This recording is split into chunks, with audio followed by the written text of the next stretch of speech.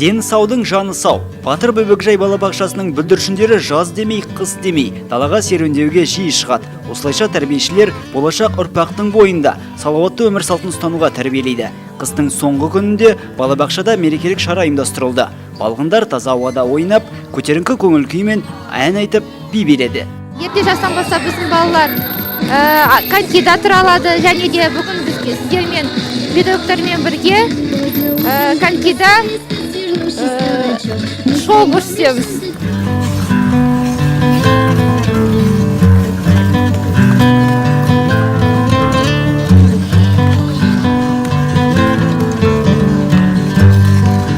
Мұз айдында балғындар тәрбиешілермен бірге сырғанап, өз шеберліктерін көрсетті. Айта кету керек, балабақшада бүлдіршіндер коньки тебуге 3 жастан бастап үйрене бастайды. Жас суретшілер болса, қар бетінде түрлі түсті бояулар мен сурет салды.